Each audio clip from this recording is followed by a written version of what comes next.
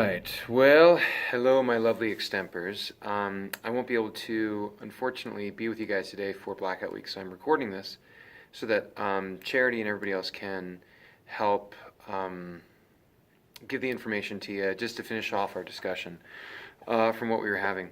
So, let's see. We left off last time. There are three main issues that we're going to cover today.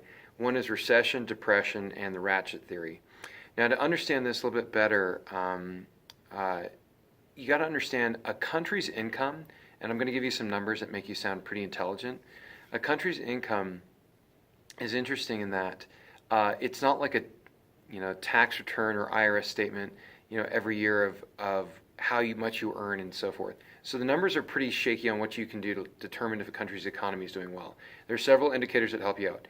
So the hard numbers is gross domestic product, or GDP. What this number is it's basically the issue where you look at a country and you see all the actual businesses found within the domestic borders of that country to determine how much that money that country's bringing in per year. The fiscal year is what they usually call it. GDP is gross in the sense that it's not taking into account any net costs of taxes or loans or anything. It's just the amount of money that you're bringing in. And so GDP is helpful to an extent because it looks at everything found within your borders. However, the one problem with that is you have companies like Toyota or Honda or whatever who really aren't found here in the country in terms of an actual base. They're found outside of the country, and some of their factories are here. That's still included in GDP. So that's a little misleading because you could have a country like Japan whose GDP might not be great or as good as you think it would be, but their actual money is found overseas, if you will, in other countries' GDP. Now, GDP is nice because it means good trade relations. It's opening up from Eastern Asia to the Western civilized world and stuff like that, but that's GDP. So we have GDP there. There's GNP, which is gross national product. And GNP is a way that you can determine with GNP how much your country's earning from all of that country's companies, period. That's whether within the actual country or outside of it. So in this case, Nike or it's unfortunate to try to think of, McDonald's or Coca-Cola, which are US-based companies. You'll find factories like that in all of Southeast Asia and all of Asia. That's included in your GNP. That's a little more helpful because you can see exactly what that country's stuff is earning you. But I give you all these numbers knowing that that's still not very helpful. China right now and the other four countries, BRIC, Brazil, Russia, India, and China, those countries are really rising and their slope of growth is pretty intense, that by 2052 they could outdo a lot of the other countries that are more developed, like the G7 nations and stuff. G8, G20, if you include them that way.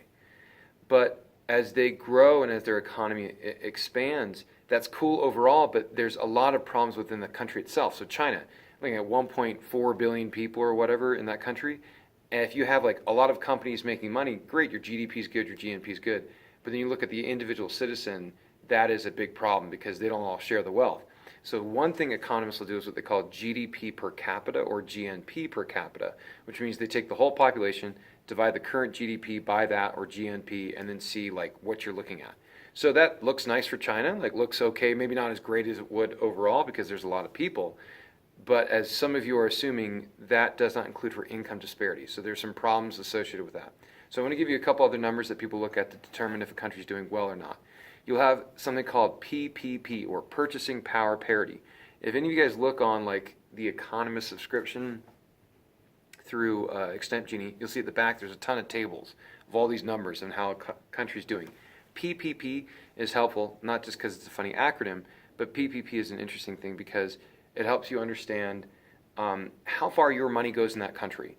So in this case, if you were to look at the PPP for India, you might think, wow, their GDP and GNP is like growing, but still per capita not great. Their PPP, your money goes pretty far there in India because cost of living's low. It's just the normal market there in that country that it's pretty low and depressed, so that you can easily with, say, not just US dollars, but even your own money. Like if you have enough of that money, it goes pretty far. You can buy milk, you can buy groceries, you can live like a king for $600 a month instead of $3,000-$4,000 a month to get by in a middle class family. here in the U.S. PPP is helpful to see that. Another thing is helpful is the HDI, the Human Development Index.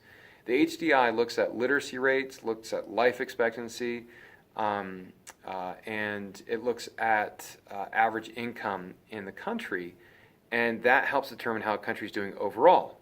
So HDI is helpful. The UN uses that a lot. Knowing all these things, though, there's still some flaws because HDI is still average income. Literacy doesn't show all the areas. Life expectancy could be confounded, like in China, by bad air pollution or by smoking habits, which doesn't mean the country's doing bad if people are just smoking and making personal decisions, I guess. So then that turns into a number that a lot of economists like, which is what they call the Gini coefficient. The Gini coefficient, and we mentioned this to a couple of the other people before, is that idea of income disparity. It's a number of 0 to 1, and 0 to 1 is helpful because if you're at 1, that means perfect inequality. If you're at 0, that means perfect equality. So 1 is where there's one Bill Gates that's in the whole country and everybody else is poor. 0 is everybody has equal belongings and property. So that's what the Gini coefficient is. Income disparity is very, very helpful. Latin American countries stink at income disparity. Mexico is like one of the worst. We have a ton of few rich people and a ton of poor people. There's no middle class. The Gini coefficient, Gini, is very helpful for that. So knowing all these different numbers, you can then see like how does a country grow and expand. Capitalism or free market is predicted, and please bear with me as I do this lovely little graph. As it goes up, you're going to see growth. Yeah, slope is good. Inevitably, there will be what they call recessions where it goes down. You're hoping, though, that the downward slope then bottoms out not as bad as it was before at that level, and then rises back again, and then a recession, and then goes back up. So over time, you see a general growth trend, but there will be valleys every once in a while. That's the risk that you run by having capitalism because it's a little unpredictable. It's predictable in that you know it will crash at some time, but you hope the crashes don't bottom out. A recession defined is, and this is defined by Black's Law Dictionary, is defined by, any economics program. I mean, economists will agree with this, but it's 2 quarters of negative growth, 2 consecutive quarters of negative growth. When your country as a whole, GNP, GDP, all that stuff, whatever number you're choosing, if it has 2 consecutive quarters of negative growth, you are then technically in a time of recession. So if you hit that, then you're in a recession. 2 quarters, right? You guys get that fiscal year is 4 quarters. That means any time, and it depends on when they start it, but the federal government's from October to October pretty much. And that's just the federal government. Different companies have different ones. But a fiscal year is that, you have quarters. So if you now this is the important thing. It doesn't mean that you're bottoming out or like you're not actually getting any growth. That just means that you are receding, hence the term, in your actual growth of companies, like you're negatively growing, meaning that you are decreasing. Business owners are selling en masse. There's no buyers for those companies. People aren't getting employed. That's what we mean by negative growth. And so if you have 2 consecutive quarters of that, you're in a recession. That's predicted. A depression then it's a gray definition. We don't know. A depression is when it's like more than 2 quarters, or it's 2 recessions like within 2 years of one another, or it's a whole year of them. I mean, it's very gray. We haven't had that many depressions in our country. We have had recessions. Like we are due for another recession here in a little bit. Now, what they called in 2008 to 2010 the Great Recession of the aughts, if you will, the Great Recession of the housing market, global recession that some of you FXers know about, when the housing bubble burst and then it did it. We had a bubble burst before, which is the tech industry in like the 2000s. So every like 8 years or so, you're going to see a recession in developed countries. We are due for a recession here because you do the math, it's 2019, and the last recession we had was like finishing out in 2011, 2012. They call it the Great Recession because, well, it was 2 negative quarters and plus of, negative growth. They call it that because it took us so long. That on the graph, if you will, it went wham. Like we didn't go all the way down from like 1800s, but it dropped so bad and so quickly from a lot of employers because of the housing market. And so that is a real sad part, and it took us a long time to get out of it. You could say probably not till 2014 or earlier or more recently have we gotten out of the recession. Obama had that for like his whole 2 terms. He was really ragged on it. Whether he didn't help it or heard it's another discussion. But we're due for another recession. That's just it could be from the housing market. Think about housing prices right now. You could predict that in developed countries, housing prices will like keep going up right now. If any of your parents are trying to buy homes, it's like crazy. You're spending $400,000 on a home that's only like $250,000, if that, because there's a shortage. So you're going to probably see construction companies and banks go ham and like, we're going to take tons of loans. We're going to make it really big. But then like within a year after the demand has been met and the supply is too much, then that's when the recession happens. Usually when the supply is too much and the demand doesn't meet it, that's when a recession, you like cut the fat. Okay, so recession, depression, we know those other terms, and the final thing that we want to talk about today is what they call the ratchet theory. So there's the ratchet theory has like 2 components, so like this third point. One with the ratchet theory is something that Ethel Wood, Professor Ethel Wood, that some of you have heard of before, she has really hit on with the ratchet theory. It's called the revolution of rising expectations. Human nature is interesting in that once people start seeing expectations go up, and China's going through this, Brazil, Russia, India, any like economically burgeoning country, people's standard of living goes up, average income goes up, there's not as much disparity.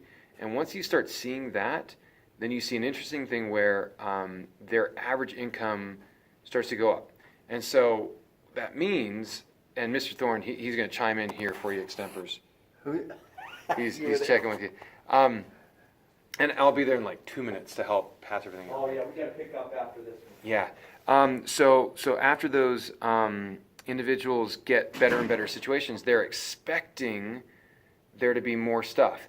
Now, the real sad thing is if they keep going, and then the country as a whole, maybe they drop pensions. Remember austerity measures? They drop pensions and it goes down a little bit. Do you see, like, they're still doing better than what they were in the past, but because their expectations are being defied and not met, that means revolution will happen. Think of Revolutionary War, think of Britain. Anytime there's a perceived slight, even though it really isn't that bad, revolution of rising expectations. The other thing that ties into this is what Professor Peacock at Utah State University, he is head of their Law and Constitutional Studies Department and is one of their deans.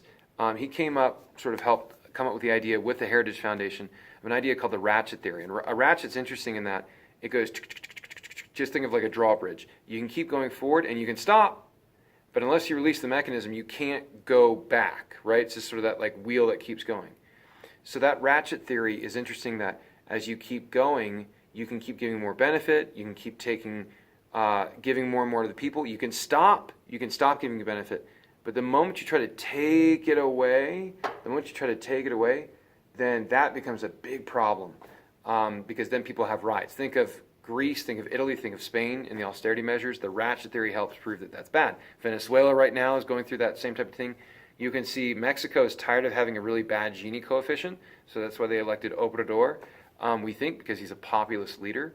China right now, they removed term limits on Xi Jinping so that he's going to be there for a long time because they are economically doing pretty well. But those are the ideas: a recession, depression, ratchet theory, and a couple of the other terms for like economic indicators. I'll share this with Charity. I hope this works.